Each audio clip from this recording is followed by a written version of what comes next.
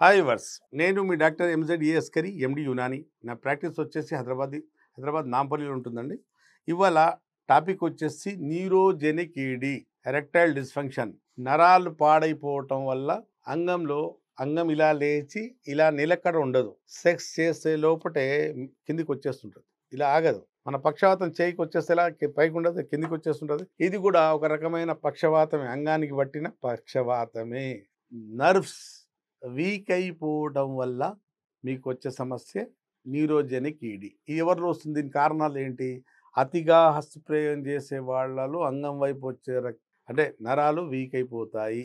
అలాగే కొన్ని వ్యాధులు ఉంటాయి. షుగర్ వల్ల కూడా న్యూరోపతి ఉంటుంది. షుగర్లో ఏమి చేయకపోయినా, షుగర్ వ్యాధి ఉన్న వాళ్లకు షుగర్ నార్మల్ పెట్టుకున్నా కూడా నరాలు పాడవుతూనే ఉంటాయి. దానికి డయాబెటిక్ న్యూరోపతి అంటారు. షుగర్ ఉన్న వాళ్ళకు కూడా న్యూరోజెనిక్ ఈడీ కామన్గా చూడడం జరుగుతుంది. అలాగే సిగరెట్ తాగేవాళ్ళు, స్మోకింగ్, మందు తాగే వాళ్ళలో కూడా నరాల సమస్య, నరాల బలహీనత వల్ల కూడా అంగంలో స్తంభన చలనం ఉండదు. ఉన్నా కూడా నామం మాత్రమే. సెక్స్ దూసుకుపోయేంత శక్తి, మన పార్ట్నర్ సుఖపడేంత శక్తి మన అంగంలో లేకపోవడం జరుగుతుంది.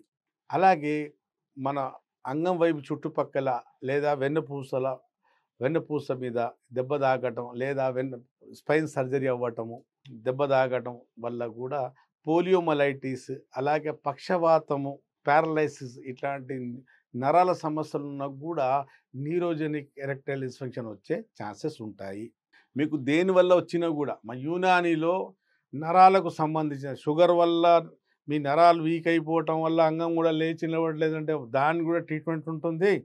మీ హస్తప్రయోగం వల్ల నరాలు వీక్ అయిపోయి పాడైపోయటం వల్ల కూడా మీకు మంచి చక్కటి పరిష్కారం ఉంటుంది. మీకు దేనివల్ల వచ్చినా మా దగ్గర న్యూరోజెనిక్ ఈడీ యునానీలో ఎలాంటి సైడ్ ఎఫెక్ట్ లేకుండా శాశ్వతంగా ఈ యునానీ మందులతో మీరు బయటపడవచ్చు.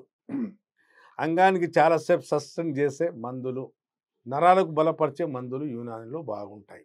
మీరు విన్నారు కదండి. మీలో ఎవరికైనా న్యూరోజెనిక్ ఈడీ అనే సమస్య మీకు ఉండి ఉంటే మాకు సంప్రదించవచ్చు. వరల్డ్ వైడ్గా ఎక్కడ మీరు విదేశాల్లో ఉన్నా కూడా ఫోన్తో పెయిడ్ కన్సల్టేషన్ తీసుకుని నాతో మాట్లాడవచ్చు.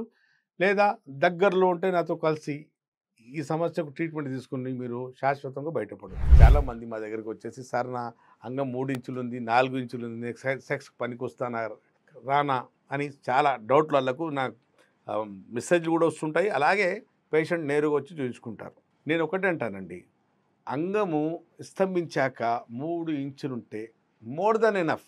ఒక్కటి చూసుకోవాలి మనం, అంగంలో గట్టితనం ఉందా, సస్టైన్డ్ నిలక్కడ ఉందా లేదా చూసుకో. మన పార్ట్నర్కు సుఖపడేంత సేపు మనం సెక్స్ చేయగలిగితే అంగం సైజ్ మ్యాటర్ కాదండి. ఇక్కడ నిలకడ, ఇలా అంగం లేచి నిలబడిందా లేదా, 3 ఇంచులుంటే చాలు. ఎందుకు అంటున్నానంటే ఆ విషయం, యోని ముందు భాగమే సెన్సిటివ్ ఉంటుంది. ఈ 3 సెంటీమీటర్ లోపటే సెన్సిటివ్ నర్వ్స్ ఉంటాయి. 3 సెంటీమీటర్ లోపల దాటాక ఇన్సెన్సిటివ్, అక్కడ సెన్సిటివ్ నర్వ్స్ ఉండవు. మన అంగం పెద్దగా ఉన్నా కూడా వాళ్ళకి తెలియదు. కాబట్టి మన అంగం 1, 2, 3 ఇంచులు, ఈ 3 ఇంచులు ఉంటే వాళ్ళు ఇక్కడ రాపిడి చేస్తేనే సుఖపడతారు. అసలు ఇక్కడ ఇది వల్వ అంటారు దీనికి, యోని పై భాగానికి. అక్కడే నుండి మొత్తం అక్కడే నరాలన్నీ అక్కడనే ఉంటాయి, సెన్సిటివ్ నరాలన్నీ అక్కడనే ఉంటాయి. వాళ్ళు ఇక్కడ రాపిడి చేస్తే కిలిటోరిస్ అనేవి ఇక్కడనే ఉంటుంది. పైన రాపిడి చేస్తే, ఫోర్ప్లే చేస్తే 50-70% ఇక్కడే వాళ్ళు సుఖపడతారు. లోపల పెట్టి కొంచెంసేపు 2 నిమిషాలు 3 నిమిషాలు సెక్స్ చేస్తే జీ స్పాట్ ఉంటుంది, 2.5 ఇంచులకి జీ స్పాట్ ఉంటుంది. అక్కడ రాపిడి చేస్తే పై భాగంలో అక్కడ రాపిడి చేస్తే వాళ్ళు సుఖపడతారు. అంతే తప్ప 6 ఇంచులు కావాలి, 7 ఇంచులు కావాలని అవసరం లేదండి. 3 ఇంచులు ఉంటే, అంగం నిలబడ్డాక స్తంభించాక 3 ఇంచులు ఉంటే చాలు. మెత్తగా ఉన్నప్పుడు ఎంత ఉంటే ఏంది మనకు? చాలామంది సార్ నా మెత్తగా ఉన్నప్పుడు అంగం లోపల పడుతుంది, షింక్ అవుతుంది, రిట్రాక్ట్ అవుతుంది. పొట్టలు పెద్దగా ఉన్నప్పుడు అంగం రిట్రాక్ట్ అవుతుంటుంది. వాళ్ళు భయపడాల్సిన అవసరం లేదు. అంగం చిన్నగా ఉన్నా కూడా గట్టిగా ఉందా లేదా, ఆమె సెక్స్ అంటే మన పార్ట్నర్ సుఖపడే వరకు దాంట్లో నిలకడ ఉంటుందా లేదా, లేదంటే మీకు సమస్య ఉన్నట్టే. అంగం పెద్దగా ఉండి హస్తప్రయోగం చేసుకోవటం వల్ల చిన్నగా అయిందనుకోండి, దానికి ట్రీట్మెంట్ ఉంటుంది. దొడ్డుగా ఉన్న అంగం సర్కంఫరెన్స్ పెద్దగా దొడ్డుగా ఉండి దాని గర్త్ పలసగా అయిపోయింది అనుకోండి, దాన్ని మళ్ళీ దొడ్డుగా చేసుకోవచ్చు. ఒకవేళ అంగం చక్కగా ఉండి వంకరైపోయింది అనుకోండి, ఇలా పైన రైట్ లెఫ్ట్ కింద పైన కర్వ్ అవుతుంటుంది, కర్వ్ పెనిస్ అవుతుంటుంది. పుట్టుకతు కాదు, మధ్యలో కర్వ్ అవుతుంటుంది. పైరోని డిసీజ్ కూడా ఒక డిసీజ్ ఉంటుంది, అంగం వంకర అవుతుంటుంది. ఆ కర్వ్ పెనిస్ కూడా ఏ సైడ్ ఎఫెక్ట్ లేకుండా తిలాలతో తైలాలతో ఓరల్ మెడికేషన్తో ఈ సమస్యతో బయటపడవచ్చు. దొడ్డుగా ఉన్న అంగం హస్తప్రయోగం వల్ల సన్నగా అయిందనుకోండి, దానికి కూడా ట్రీట్మెంట్ ఉంటుంది. పెద్దగా ఉన్న అంగం చిన్నగా అయిపోయింది అనుకోండి, దానికి ట్రీట్మెంట్ ఉంటుంది. పుట్టుకతో చిన్నగా ఉంటే మనం ఏం చేయలేం దానికి. చెప్పాను కదా, విన్నారు కదండి. మీకు చిన్న అంగం వల్ల మీకు సెక్స్లో ఇబ్బంది పడుతుంటే నాకు కలవండి. ఒకవేళ అంగంలో గట్టితనం లేదని నాకు కలవండి. టైమింగ్ లేదనుకోండి సెక్స్లో నాకు కలవండి. ఈ సమస్యలతో మీరు శాశ్వతంగా బయటపడవచ్చు. మీరు విన్నారు కదండి. స్క్రీన్ మీద ఉన్న నెంబర్తో మీరు లోకాన ఏ మూలాన ఉన్నా నాతో కన్సల్ట్ చేసుకోవచ్చు.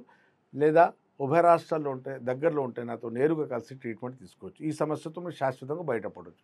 అప్పటి వరకు సెలవు.